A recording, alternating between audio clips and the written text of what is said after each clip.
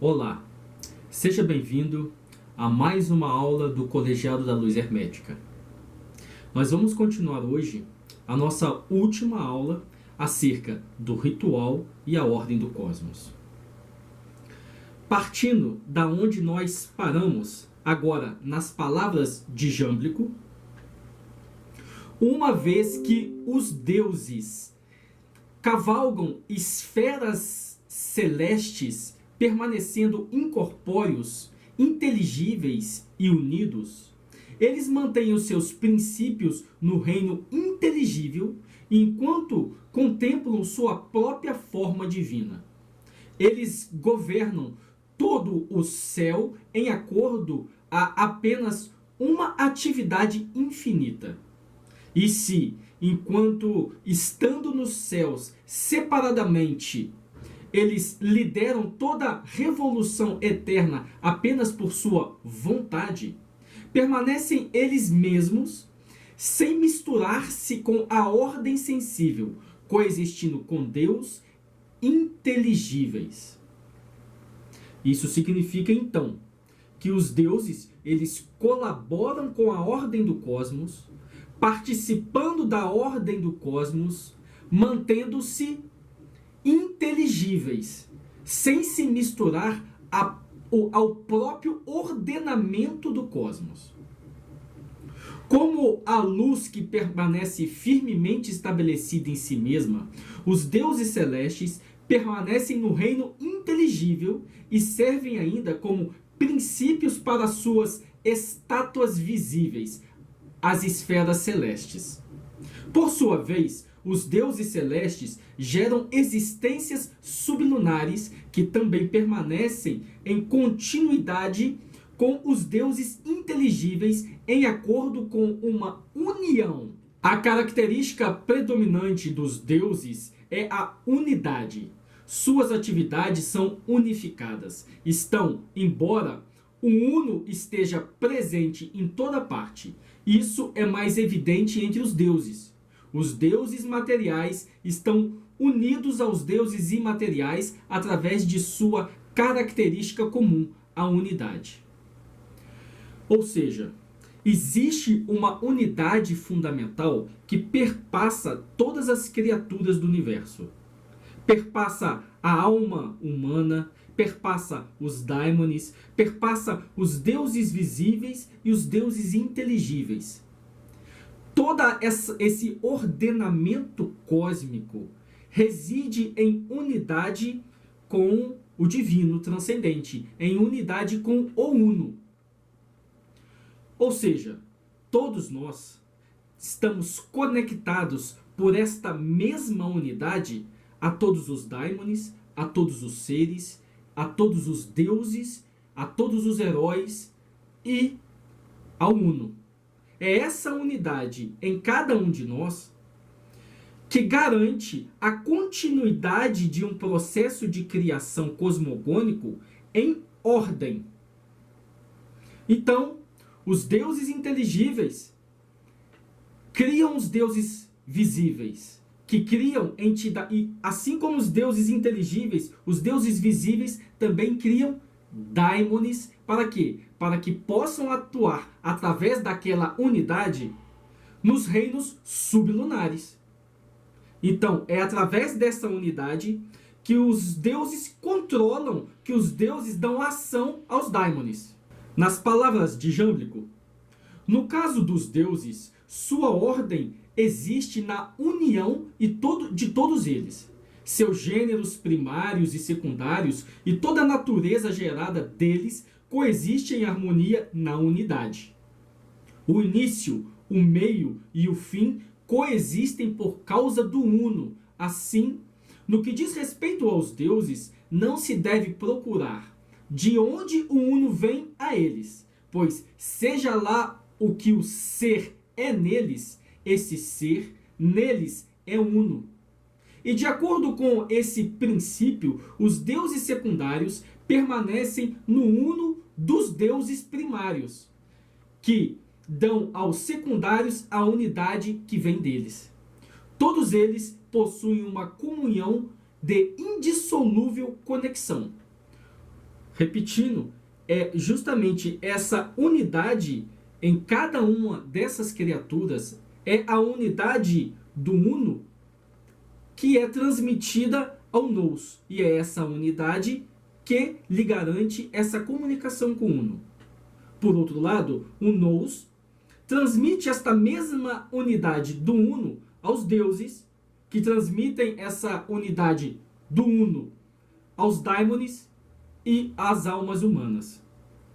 Então, o que nos conecta com toda essa, o que nos garante, o que nos possibilita e o que nos conecta a todo esse ordenamento cósmico é essa união, sendo ela mesma a causa pela qual a nossa teurgia funciona. Então, isso significa que quando estamos no nosso trabalho teúrgico, quando estamos acionando o logoi através das nossas orações, através dos símbolos que nós utilizamos na nossa teurgia, nesse momento, quando a nossa alma, em uma condição anatrópica, retorna vida para o alto, o nosso pentagrama que estava para baixo, olha para cima e novamente se conecta ao transcendente, ou relembra da sua conexão com o transcendente, é justamente esta união a conexão com o transcendente. Então, na nossa teurgia, nós reforçamos os nossos laços de união com toda essa cadeia de ordenamento cósmico. Apenas dessa unidade no nível dos deuses, as almas podem alcançar o nível imaterial apenas passando primeiro pelos deuses materiais. E, na verdade, a característica fundamental dessas duas classes ou ordem de deuses só pode ser determinada através de sua influência sobre a alma. Por exemplo, Jâmblico diz que a alma se libera de seu destino somente através dos deuses hipercósmicos. Infelizmente, as explicações de Jâmblico sobre esses deuses hipercósmicos foram completamente perdidas.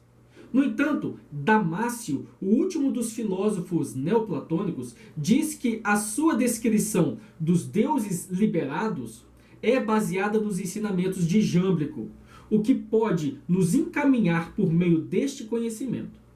Damácio diz que, de acordo com Orfeu e os teurgos, cada ordem de deuses é determinada e guiada pela ordem anterior que lhe deu origem. Quer dizer, cada classe ou ordem de deuses está diretamente subordinada à ordem anterior que a governa. Então, meus irmãos, isso significa que o nosso destino ele pode ser transcendido. Ou seja, o teurgo pode transcender através da sua prática ritualística, através do seu estilo de vida filosófico, pode transcender o seu destino. E, na verdade, a prática da magia, a prática da taumaturgia, também, além da teurgia, oferece meios para que nós possamos nos libertar do nosso destino. Mas, segundo a tradição de Jâmblico, nós, através da teurgia, nós nos libertamos do nosso destino quando a nossa alma consegue atingir os deuses hipercósmicos.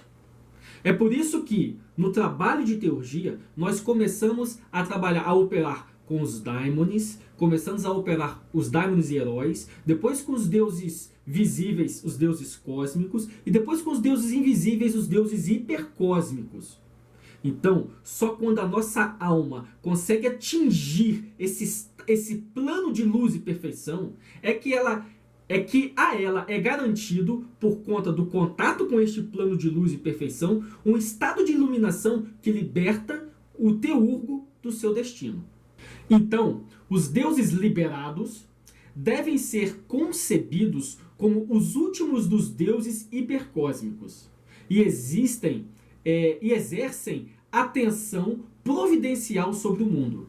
Portanto, perguntamos: estes deuses liberados ocupam o ponto mais elevado entre os deuses encósmicos e eles podem ser enumerados entre os outros com respeito às suas características? Ou são os deuses liberados não apenas encósmicos, mas também revelam uma natureza hipercósmica? De acordo e com respeito às suas próprias espécies, deveria classificá-los como meios destes hiper e encósmicos deuses? Nós mantemos que os deuses liberados são aqueles que exercem uma atenção providencial sobre o cosmos, mas eles não são presos à sua natureza e nem completamente dentro da ordem do cosmos. Então, dentro daquela nossa classificação neoplatônica de criaturas espirituais, de ordenamento cósmico, nós então temos, desde o Uno, vão se criando uma miríade de potestades espirituais conectadas ao Uno e que se nutrem diretamente do Uno e que exercem uma influência sobre o cosmos materiais. Então nós temos aí, nesse ordenamento, depois dos deuses, depois dos daimones, depois dos heróis, depois dos anjos, depois dos arcanjos, nós temos os deuses encósmicos, nós temos os deuses encósmico hipercósmicos e nós temos os deuses hipercósmicos. Então existem ali 3 classificações de deuses, do nível material ao nível imaterial, por exemplo, os deuses do Sol, os deuses da Lua, que têm corpo material, e os deuses que não têm corpo material, que estão além desses deuses que têm o corpo material, e são completamente imateriais. Então, nessa camada de deuses, a alma tem que penetrar primeiro o reino dos deuses semicósmicos, depois o reino dos deuses intermediários, e aí então o reino dos deuses hipercósmicos. Através do seu trabalho de teurgia, primeiro com os daimones, com os heróis, depois com esses deuses, é possível que o teurgo possa então acessar esses reinos, esses planos de luz e perfeição, trazer deles certo conteúdo de luz para dentro do seu Oshema, garantindo uma iluminação que o libere do seu destino. Aí, de uma alma encarnada, ele passa a ser uma alma perfeita, porque ele já está liberado do seu destino, uma vez que está em conexão com os próprios deuses liberados. E por que esses deuses são liberados? Porque eles tanto exercem influência sobre o ordenamento do caos, quanto estão além e não estão necessariamente dentro do próprio ordenamento do caos. Sob o reino de Cronos, o demiurgo liberado, os deuses regentes da Era Dourada de Platão regem e cuidam do mundo com cuidado noético e providencial. Assim como o mesótes entre os deuses encósmicos e hipercósmicos. Os deuses liberados estão em contato com ambos os mundos. De fato, a sua posição, agora palavras de Damácio, de fato, a sua posição, de acordo ao seu meio status, revela com mais claridade como eles ocupam uma área média entre os deuses. Pois, ao mesmo tempo que o seu estado de ser relatado seja apropriado aos deuses encósmicos, seu estado de ser não é relatado e apropriado aos deuses hipercósmicos, pois a sua natureza é uma, mas também dupla, desde que eles projetam única vida que é tanto encósmica quanto hipercósmica. Ou seja, o que Damácio está falando é o que garante a nossa conexão com os deuses hipercósmicos, os deuses que são capazes de iluminar a nossa alma e nos libertar do nosso destino, é através dos deuses que conectam os deuses encósmicos aos deuses hipercósmicos. Então, esses deuses que estão no meio entre essas duas classificações, eles tanto olham para baixo quanto olham para cima. É por meio destes deuses, é o contato com estes deuses que nos garante acesso aos planos de luz e perfeição, onde residem os deuses hipercósmicos que garantirão a iluminação do nosso Oshema e, portanto, a nossa liberação do reino da matéria, aonde nos tornamos almas humanas aperfeiçoadas. Então, são poucos na história da humanidade que conseguiram essa proeza espiritual. Damácio aplicou aos termos da lei da medida para criar uma classe intermediária de deuses, e uma vez que ele atribuiu a Jâmblico essa doutrina, é seguro dizer que os deuses materiais e imateriais citados por Jâmblico seguem esse mesmo caminho. Como notamos anteriormente, Jâmblico diz que a liberação das almas é efetivada pelos deuses hipercósmicos, mas para que essa liberação seja efetiva, Damácio diz que os deuses têm de estar de alguma maneira dentro do cosmos. Como eles podem levar as almas para fora do cosmos se não for assim? Ele pergunta. A diferença entre os deuses materiais e imateriais é, portanto, como a diferença entre o destino e providência, que não podem ser separados da experiência da alma.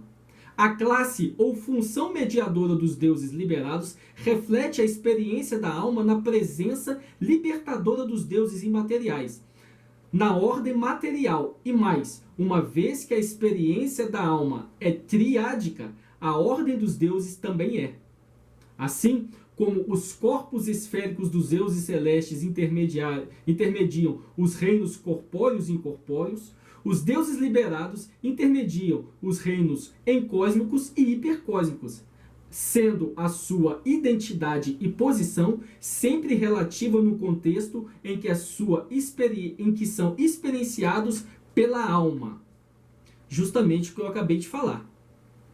Como é que a nossa iluminação, a nossa liberação do destino, por que nós somos liberados do nosso destino?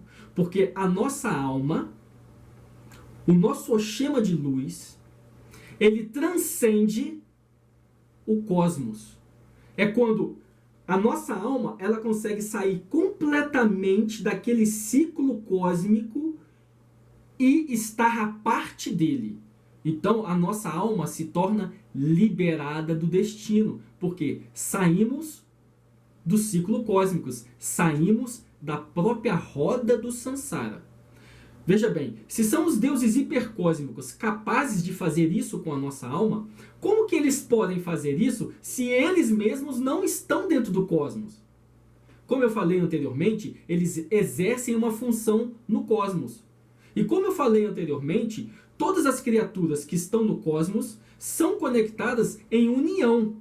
Ou seja, é através dessa união que eles estão conectados aos deuses intermediários e aos deuses materiais. E é por essa união que eles influenciam o cosmos. Então, são capazes de exercer influência direta sobre a alma que está em contato com eles. Então, iluminar essa alma e tirar essa alma do reino da geração, do ciclo de eventos, do destino e do próprio ordenamento do cosmos. Então, é quando o teurgo ilumina completamente a sua alma e torna-se uma alma liberada, e torna-se uma alma liberta. A divisão dos deuses hipercósmicos dos encósmicos pelos deuses liberados de Damácio, portanto, segue a lei do meio termo, inaugurada por Jâmblico e que tanto influenciou a doutrina platônica. E desde que Jâmblico assumiu que a lei da média distinguia essa classe de deuses, os Archai do universo, necessariamente ela também distingue os reinos inferiores de manifestação. Como é a lei da medida de Jâmblico conectava todos os extremos de qualquer oposição, incluindo aquela entre os deuses e os homens. Então, essa doutrina não é de Damácio, essa doutrina de conexão entre os planos inferiores e os planos superiores é de Jâmblico. Foi Jâmblico que percebeu esta conexão, através do qual ele postulou que é possível, então, que nós enchemos o nosso Oshema com o código de luz dessas criaturas ao ponto de sermos liberados do reino da geração, ao ponto de iluminarmos completamente o nosso Oshema e nos tornarmos almas perfeitas. E isso também cabe até um exemplo que nós estamos sempre conversando sobre esse tema nas nossas aulas, nos nossos encontros do colegiado. É possível que a alma, fora do reino da geração, evolua? É possível que espíritos de mortos, daimones de mortos, nos planos interiores, nos reinos interiores, nos reinos imateriais, evoluam como postulam alguns ocultistas vindo da linha de Blavatsky e alguns espíritas vindo da linha de Kardec? Quer dizer, a maioria dos espíritas. Por quê que eles dizem isso? Tanto Blavatsky quanto o Allan Kardec se beneficiaram das ideias de Darwin sobre a evolução. Na época que Darwin lançou a sua teoria sobre a evolução das espécies, esse termo evolução estava muito na moda. Blavatsky no ocultismo e Allan Kardec com seu espiritismo, e também podemos falar o seu ocultismo, pegaram esse feeling do momento onde a palavra evolução estava na moda e começaram a postular que esta evolução que Darwin teorizou, eles pegaram essa ideia, essas premissas de Darwin, levaram isso para dentro do ocultismo. E aí eles começaram a dizer que as almas fora do reino da geração evoluem. E aí Allan Kardec no espiritismo e disso para a Umbanda e para a Quimbanda aqui no Brasil, começaram a difundir a ideia de que nos planos internos, Exus e outras entidades poderiam evoluir. Da mesma maneira, Blavatsky dentro do sistema dela, onde ela falou que existe a possibilidade de evolução espiritual fora da encarnação. Então, tanto Kardec quanto Blavatsky pegaram essas ideias de Darwin. Mas essas ideias não existiam na tradição antes de Darwin. Então, meus irmãos, esse negócio de falar que a alma evolui fora do reino da geração, isso é uma ideia cientificista moderna e não faz parte, de fato, da tradição a qual nós estamos afiliados. A única maneira de nós evoluirmos, de fato, de nós trabalharmos sobre a nossa alma, é estando no reino da geração. Não existe evolução espiritual fora da matéria. Não existe como a alma se transformar em um Deus. A alma humana é alma humana. Deuses são deuses. Daimones são daimones. Não tem como uma alma humana se transformar num daimone. A única coisa que a alma humana pode se transformar é numa alma humana perfeita, quando ela atinge um grau de iluminação, o qual é possível se libertar do seu destino. Somente então, encarnados, podemos evoluir espiritualmente. Dizer que fora da encarnação a alma evolui, isso é uma teoria moderna cientificista e não faz parte da nossa tradição. Em sua carta ao egípcio Anebu, Porfírio pergunta por que os teurgos subordinavam daimones invisíveis a deuses visíveis. Ou seja, como é que o Sol, como um deus visível, tem poder sobre daimones no reino subliminar que são invisíveis? Essa era a dúvida de Porfírio. Jâmblico respondeu que os deuses visíveis estão unidos com os deuses inteligíveis, porque sua forma unida foi realizada em comum. Ou seja, tanto a forma dos deuses visíveis, como a forma dos deuses invisíveis, lembra que eu falei lá num vídeo do curso de Filosofia Oculta? O universo é preenchido por formas, mesmo que essas formas não sejam materiais, mas imateriais. Então, tanto as formas materiais dos deuses visíveis, quanto as formas imateriais dos reinos invisíveis, dos deuses invisíveis, vieram do plano das ideias. Todas foram geradas em um mesmo lugar. Continuando. Mas os daimones foram apartados dessa união e têm uma essência diferente. E com respeito à invisibilidade dos deuses noéticos e dos daimones, Jâmblico diz que, embora eles sejam invisíveis, significantes diferenças os separam. Os daimones são apenas invisíveis aos sentidos, mas os deuses noéticos são invisíveis ao conhecimento racional e à inteligência material. Para Jâmblico, seja lá o que for invisível ao intelecto por causa de sua transcendência, é certamente superior ao que é invisível apenas aos sentidos. E, no caso dos deuses celestes, embora sejam empiricamente visíveis, eles permanecem invisíveis à compreensão da mente. Ou seja, os daimones, eles são invisíveis apenas aos nossos sentidos, mas a nossa mente material consegue inferir a sua existência. No entanto, a nossa mente não consegue inferir a existência de deuses hipercósmicos. A nossa mente não vai lá. Não conseguimos, através da construção de pensamentos,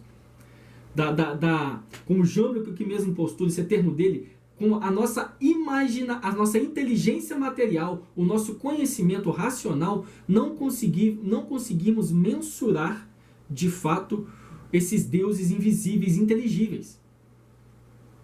Até mesmo os deuses visíveis celestes, como o Sol e a Lua, embora nós possamos vê-los, a nossa construção intelectual da mesma maneira não consegue acessá-los.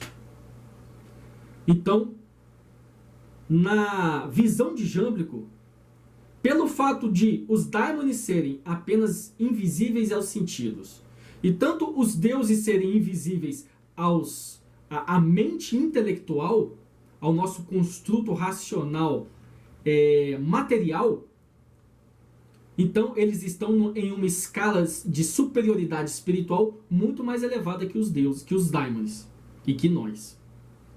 Então agora, nas palavras de Jâmblico. Então, são os deuses invisíveis, pela virtude de serem invisíveis, maiores do que os deuses visíveis? De modo nenhum, pois o divino, seja lá o que ele é e seja lá a região que ele governa, possui o mesmo poder de domínio sobre os seus subordinados. Mesmo sendo um Deus visível, ele tem poder e domínio sobre os daimones invisíveis, subordinados. E se ele existe na terra, mesmo assim governa os daimones do ar, pois nem o lugar de recepção e nem a parte do mundo a ele atribuída impinge qualquer mudança na sua autoridade. Então, o que o Jâmblico está falando aqui é que tanto esses deuses invisíveis quanto os deuses visíveis, eles têm poder para comandar as criaturas do reino sublunar, que são os daimones. Estejam essas criaturas aonde estiverem.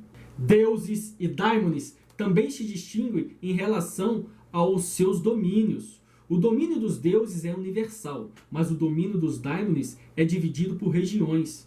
Os deuses são inteiramente independentes dos corpos que eles comandam. Os daimones, por outro lado, não, pois eles não se separam de suas bases materiais, as quais regem. Ou seja, um daimon, principalmente um Genlock, um daimon de uma zona de poder, o daimon de um país, o daimon de uma região, está preso àquele local por conta da sua própria base material. Os deuses não. Em qualquer lugar da Terra, você pode chamar o Sol. Em qualquer lugar da Terra, você pode chamar a Lua. Em qualquer lugar da Terra, você pode venerar e invocar as estrelas. Mas você não pode, na Inglaterra, invocar o daimon do Brasil. Você não pode, na Inglaterra, invocar o daimon de uma pedra que está no Brasil. Ou seja, por isso que o Jâmblico fala que a melhor teurgia é aquela teurgia conectada à sua cultura, à sua nação e à terra onde você vive. Então, por meio do contato com as criaturas que estão naquele lugar, em nome dos deuses, é possível você executar a sua teurgia. É muito difícil você executar uma teurgia de uma outra nação, de uma outra cultura a qual você não tem conexão nenhuma. Embora, se você tiver conexão, é mais fácil. Mas, se você não tiver conexão nenhuma, é muito mais difícil executar a teurgia de outros povos. Por exemplo, eu tenho uma ascendência familiar italiana. Para mim, é mais fácil me comunicar, executar uma teurgia greco-romana, justamente porque eu tenho uma ascendência familiar italiana. Mas existem pessoas no Brasil que não têm ascendência, esse tipo de ascendência. Então, a essas pessoas vão ser mais fáceis outros tipos de teurgia. Então, o grego que está aqui no Brasil, para ele vai ser mais fácil também. Os que têm ascendência grega no Brasil, para eles vão ser mais fácil fazer a teurgia greco-romana. Aqueles que têm ascendência crioula, africana, então para eles vai ser mais fácil a ascendência, a teurgia crioula. Agora, o povo brasileiro, ele é uma mistura de nações. Ele é uma mistura de europeus, ele é uma mistura de índios, ele é uma mistura de africanos. Então, isso é uma relevância muito interessante isso é de relevância muito interessante para o brasileiro. O brasileiro se dá muito bem com a teurgia crioula. O brasileiro se dá muito bem com a teurgia greco-romana. O brasileiro se dá muito bem com a teurgia egípcia, que é uma teurgia essencialmente crioula também. O brasileiro se dá muito bem com a teurgia dos povos ibéricos, que é a tradição cristã. Então, o povo brasileiro tem uma mistura muito interessante que o capacita a praticar a teurgia de outros povos. Nas palavras de Jâmblico, geralmente o divino, quer dizer, os deuses, lidera e está sobre a ordem de seres, isto é, os daimones. Mas a natureza daimônica é apegada e, de bom grado, recebe a instrução dos deuses para agir, trabalhando manualmente as coisas concebidas pelos deuses que lhes comandam intelectualmente. É por isso que os deuses estão livres dos poderes que limitam a geração, mas os daimones não se libertam deles. Ou seja, meu irmão, o que o Jâmblico está falando? Os daimones não se libertam do reino da geração. Então, como é que os daimones, como dizem os sacerdotes aí de Cabala crioula, os feiticeiros, como é que os daimones, lá na linha dele, os Exus, eles podem evoluir? Como é que, como diz no sistema aí do Allan Kardec, como é que os espíritos desencarnados, as almas desencarnadas, podem evoluir? Então, meus irmãos, olha só. Jâmblico está falando que essas criaturas não se libertam do reino da geração. Ou seja, não existe esse negócio de evolução nos planos internos, conforme alguns ocultistas da linha da Blavatsky, conforme os espíritas em gerais propagam essa ideia. Consequentemente, cada deus se manifesta através de seus daimones que estão em sumpateia, quer dizer, com a vida animada, enquanto os deuses permanecem independentes. Desde que a ordem dos deuses e cada deus é triádico, a estrutura do universo e de cada ordem ontológica necessariamente reflete esse princípio trino. A influência pitagórica em Jâmblico é evidente nesse papel da tríade, tema central na adoração pitagórica. Em Sobre o Céu, Aristóteles diz: é como os pitagóricos dizem, todo mundo e todas as coisas nele são resumidas na tríade, pois fim, meio e início dão número a todo e esse número é a tríade. É assim que retiramos na natureza esse número, como se fosse uma de suas leis, fazendo fazendo uso delas mesmo na adoração dos deuses. Mais especificamente, a regra da tríade se reflete em cada classe ontológica abaixo. Por exemplo, Jâmblico distingue 3 classes de daimones. 1. Aqueles que auxiliam os deuses a recompensarem o teurgo por seu diligente labor. 2. Aqueles que presidem sobre os julgamentos como agentes da justiça, auxiliando os homens de bem e punindo os maldosos. Ou seja, ele primeiro está falando do daimon pessoal. Olha só, aqueles que auxiliam os deuses a recompensarem o teurgo por seu diligente labor. Este é o daimon pessoal. 2. Aqueles que presidem sobre os julgamentos como agentes da justiça, auxiliando os homens de bem e punindo os maldosos. Ou seja, os daimones que trabalham em função da agência kármica, da agência do destino. São aqueles ceifadores, são aqueles agentes da justiça que fazem com que todas as almas estejam cumprindo, estejam dentro do seu espectro de destino, vivendo dentro do seu espectro de destino. 3. Aqueles que não têm razão ou julgamento são alocados a um único poder e presidem uma única função natural. Sobre essa terceira classe de daimons, Jâmblico diz. Agora, palavras de Jâmblico sobre essa terceira classe de daimons. Assim como a função de uma faca é cortar e nada mais, o mesmo ocorre no caso dos espíritos distribuídos no cosmos. De fato, no caso de certos espíritos invisíveis, cada um recebe apenas um poder e, por sua natureza, executa apenas uma tarefa que lhe tenha sido ordenada. Ou seja, todos os daimones que estão espalhados pelo universo, conectados em unidade diretamente com o demiurgo, diretamente com o Uno, todos eles exercem uma função cosmológica, cosmogônica, então, por isso, estão trabalhando na ordem do cosmos. O daimon que rege as batidas do seu coração, a função dele é só reger as batidas do seu coração. O daimon, que é o geniloque de uma árvore, a função dele é ser o geniloque daquela árvore. Então, o que o Jâmblico está falando aqui nessa terceira classe de seres é que existe uma miríade de criaturas espirituais espalhadas pelo cosmos, e cada criatura espiritual que está espalhada pelo cosmos, esses daimones sublunares, eles têm a sua função, eles têm a sua regência e não fazem nada além disso.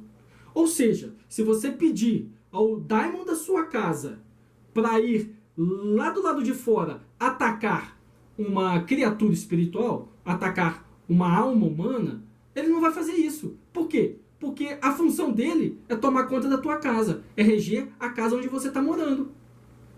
Então, para cada daimon, você tem que dar um ordenamento que é específico à área de atuação dele. Do contrário, não vai funcionar a tua teurgia. Essa classe de daimones é irracional, cegamente preservando a ordem da natureza e a vida corpórea. Foi aquilo que eu falei. Eles trabalham na ordem do cosmos. O seu daimon do seu coração preserva a sua vida. É uma força cega. Ele bate, faz o trabalho dele sem que você possa interferir de qualquer maneira. A sua inteligência possa interferir de qualquer maneira nesse processo. Ou seja, eles cumprem uma função cosmogônica. Eles cumprem uma função cosmológica. Continuando. Eles se manifestam nos ritmos da vida somática. A diástole e sístole do coração, o ritmo da respiração, a digestão dos alimentos, a consistência do sistema nervoso, a excreção da urina, fezes, menstruação, feto, etc. No psiquismo, eles são os instintos de preservação, como a vontade de se alimentar e de procriar, etc. A tarefa de cada alma é, portanto, se relacionar com esses daimones de maneira que ela possa imitar o demiurgo, agindo estritamente e em obediência às leis dos deuses criadores, quer dizer, participar da demiurgia do cosmos. Se a alma é bem sucedida nessa tarefa, ela é elevada ao plano dos deuses, E uma vez que essas leis são tanto biológicas quanto éticas, as tarefas da alma encarnada incluem se alimentar justamente, se exercitar justamente, dormir justamente, se comportar justamente com outras almas encarnadas e deuses regentes. Quer dizer, um estilo de vida pitagórico como definido por Jâmblico em De Vita Pitagórica. Então, logo acima nós vimos que a primeira classe de daimones são os daimones pessoais que nos auxiliam a receber a graça dos deuses se seguimos o caminho justo, o caminho correto, como aqui estamos postulando. Se você cultiva o bem, se você cultiva a adoração ao Uno e aos deuses, a sua piedade, se você cultiva a justiça, se você cultiva a verdade, se você tem dignidade, se você tem virtude, você é aceito na casa de Deus. Você é aceito nos planos de luz e perfeição. A sua alma é elevada aos reinos de luz e perfeição. A sua alma é concedida a receber as graças de Deus. Esse é o caminho da virtude. Fora do caminho da virtude, existe apenas o quê? O contato direto com o plano da matéria, o contato direto com o reino da geração e estar por conta disso ao léu.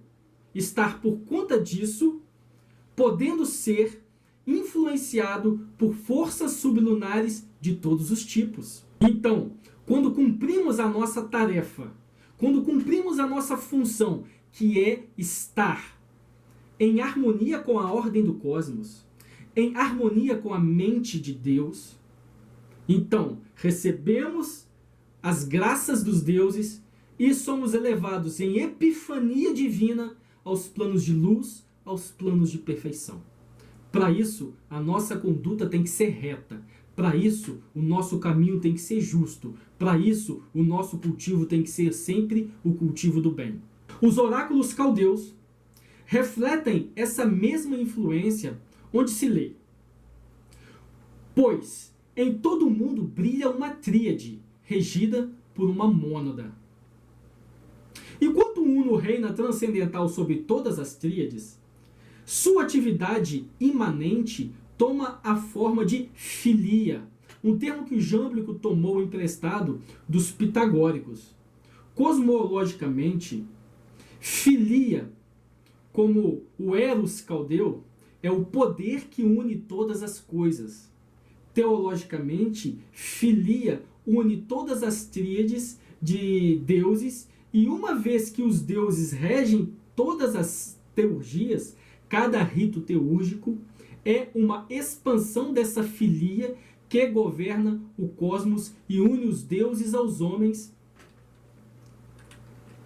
através da adoração letrada. Essa é uma frase do Jâmblico. Adoração letrada é o sábio uso dos rituais, o sábio uso das invocações, o sábio uso dos procedimentos teúrgicos, litúrgicos.